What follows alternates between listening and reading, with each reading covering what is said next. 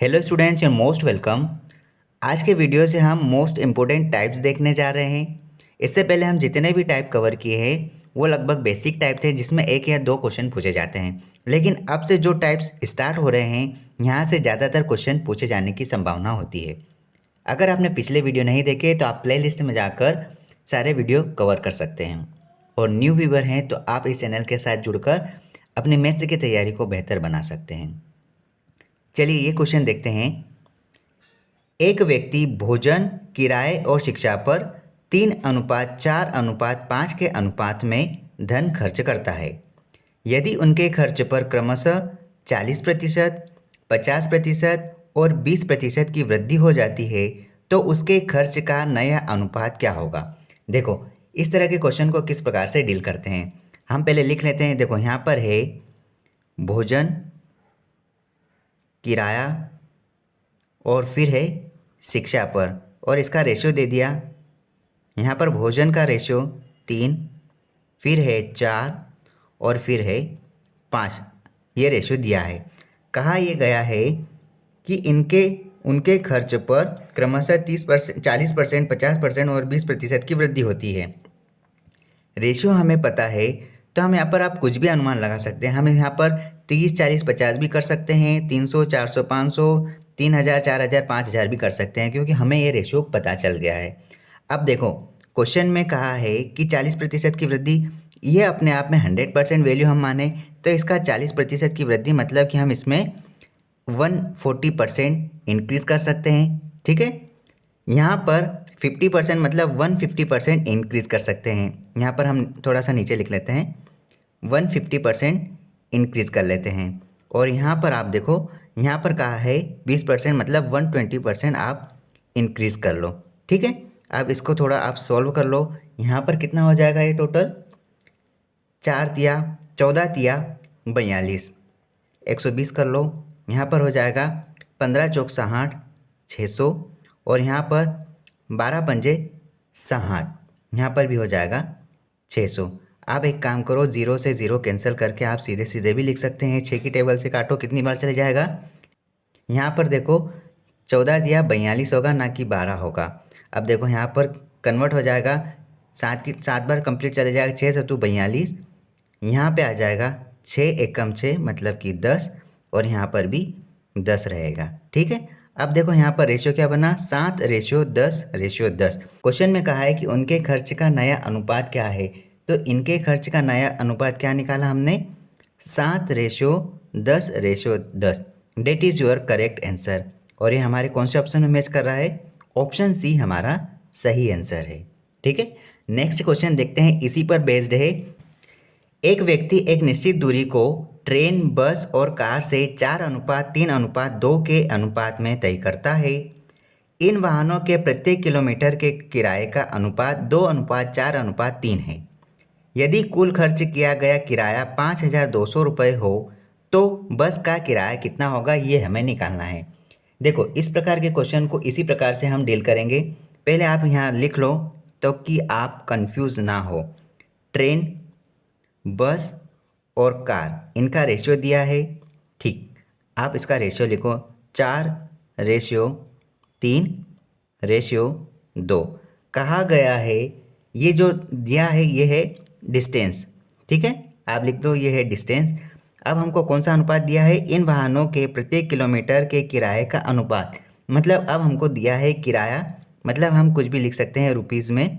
यहाँ पर कहा गया है 2:4:3 के अनुपात में यहाँ पर इनका किराया लगता है किलोमीटर के हिसाब से।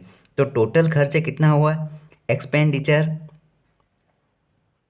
कितना होगा, इनका आप गुणा कर लो, 4 दूना 8, रेशियो 4 तिया 12, रेशियो 3 दूना 6, ये आपका रेशियो हुआ। आप इसको और भी सरल कर सकते हैं, 2 की टेबल से आप काट दो, 4, 6, 3, ये आपका सरलतम रेशियो है।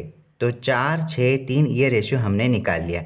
लेकिन क्वेश्चन में क्या कहा है, आप ध्यान से पढ़ो, ये थोड़ा सा आगे बोला गया है कि यदि कुल खर्च किया गया किराया 5200 रुपये हो तो बस का किराया ज्ञात कीजिए। अब कुल खर्च है 4:6:3, जिसका टोटल कितना होता है आप जोड़ लो।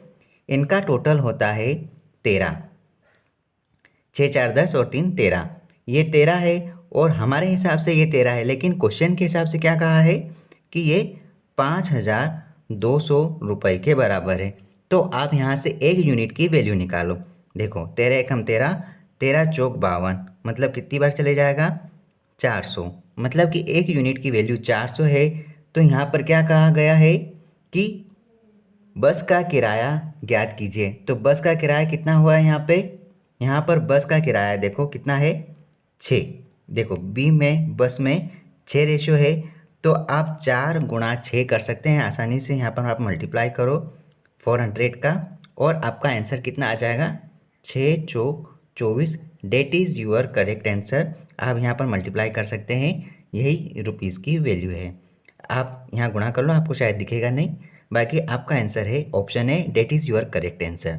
हम 2 क्वेश्चन और देख रहे हैं। क्वेश्चन देखो, क्रिकेट मैच में ए, बी और सी 3 प्रकार के टिकटों की कीमत क्रमशः 1,000 रुपये, 500 रुपये, 200 रुपये है।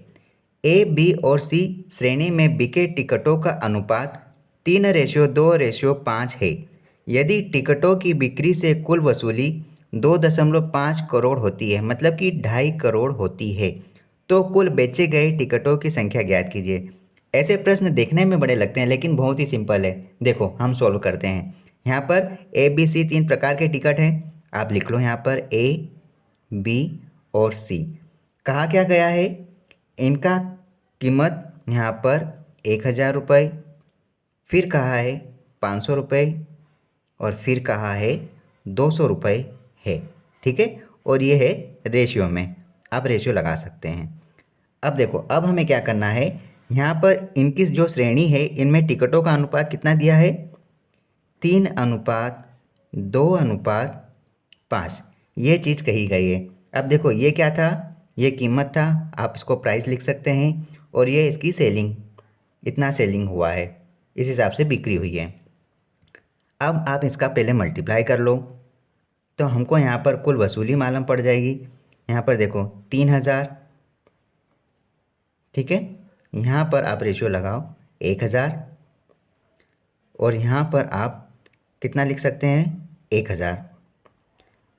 ठीक, अब हमें क्या करना है, इन सभी को जोड़ो, 3,000, 4,000, 5,000, ये टोटल कितना हुआ 5,000। लेकिन क्वेश्चन में क्या कहा है कि कुल वसूली कितनी हुई है, यहाँ पर 2.5 करोड़। 2.5 करोड़ को हम किस प्रकार लिखेंगे, 2, 50 और कितनी ज़ीरो आएगी 5, इसके बाद 5 ज़ीरो, 1 2 3 4 5, इकाई, दहाई, सैकड़ा, हज़ार, 10,000, लाख, 10 लाख, करोड़, 2,50,00,000। क्वेश्चन में हमको कहा गया है कि इतना हुआ है और हमारे रेशियो के हिसाब से इतनी यूनिट आई है।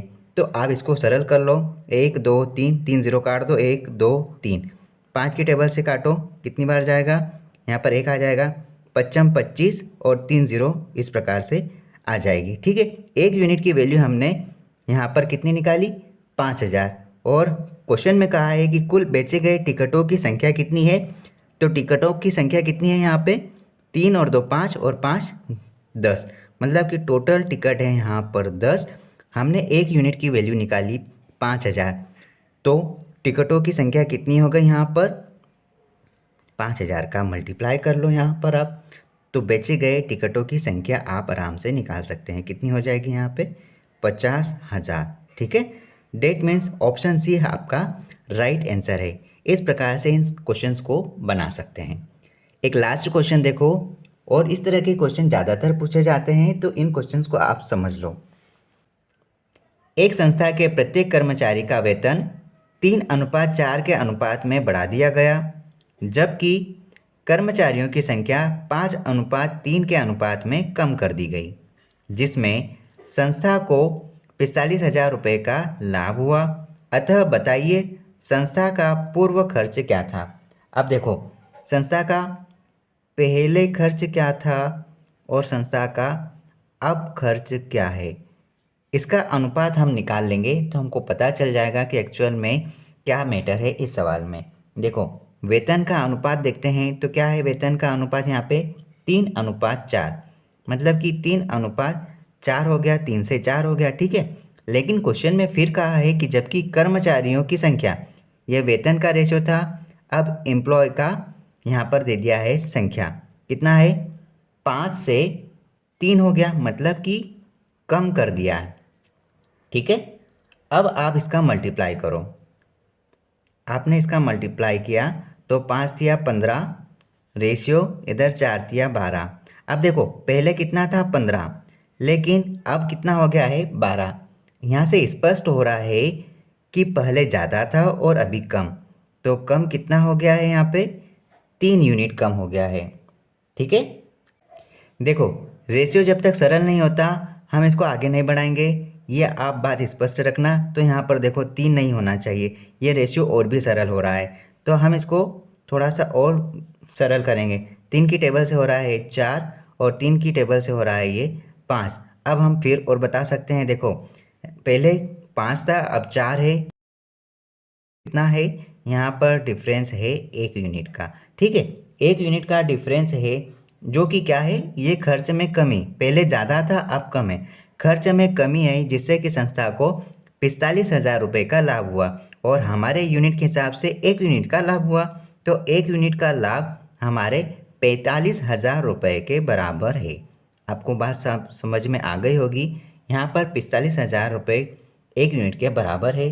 तो हमको कहा है संस्था का पूर्व खर्च कितना है, संस्था का पूर्व खर्च ये है जो हमने फाइनल रेशियो निकाला, तो पहला खर्च ये है और अभी का ये है, तो आप बस ये पूर्व खर्च निकाल लो, आप इसमें 45,000 का मल्टीप्लाई कर लो, इस प्रकार से बस आपका आंसर आ गया। कितना हो गया, 3 जीरो लगाओ, 1 2 3, 55 25 के 5, हासिल क्या है 2। अब यहाँ से अंदाज़ा लगा सकते हैं कि इसका आंसर 1 होना चाहिए, ठीक है, लेकिन हम इसको पूरा करते हैं। फिर बच्चों का 20 और 2 22, डेट इज़ योर आंसर, मतलब कि option A is correct answer. इस प्रकार से हम इस सवालों को बना सकते हैं। यहाँ से आपके मेन टेस्ट चालू हो रहे हैं और हर वीडियो में कम से कम 2 से 3 टाइप कवर करने की कोशिश होगी। All the best.